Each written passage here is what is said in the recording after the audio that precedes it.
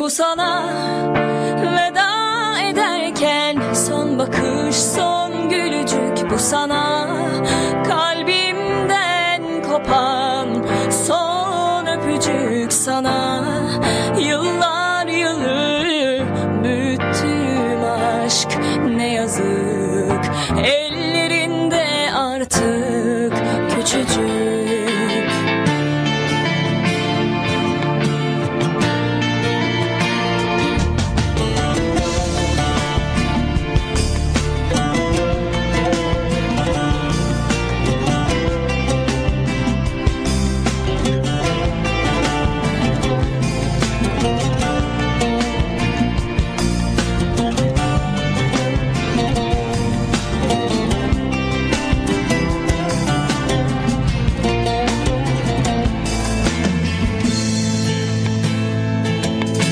Sandım ki ne yaparsan yap, yanındayım ben.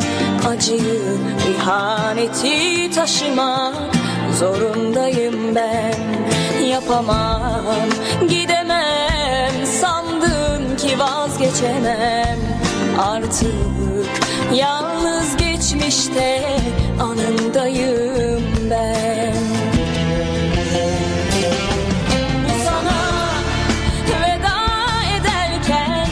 Bakış, son gülücük. Bu sana kalbimden kopan son öpücük. Sana yıllar yılı büyüttüğüm aşk ne yazık, ellerinde artık küçücük.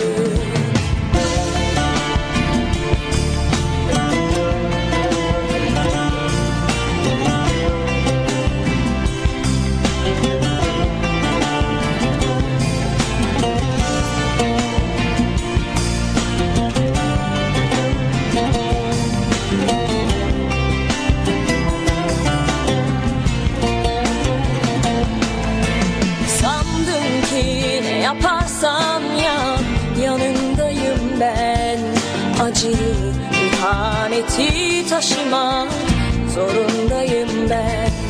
Yapamam, gidemem, sandın ki vazgeçemem. Artık yalnız geçmişte anındayım ben.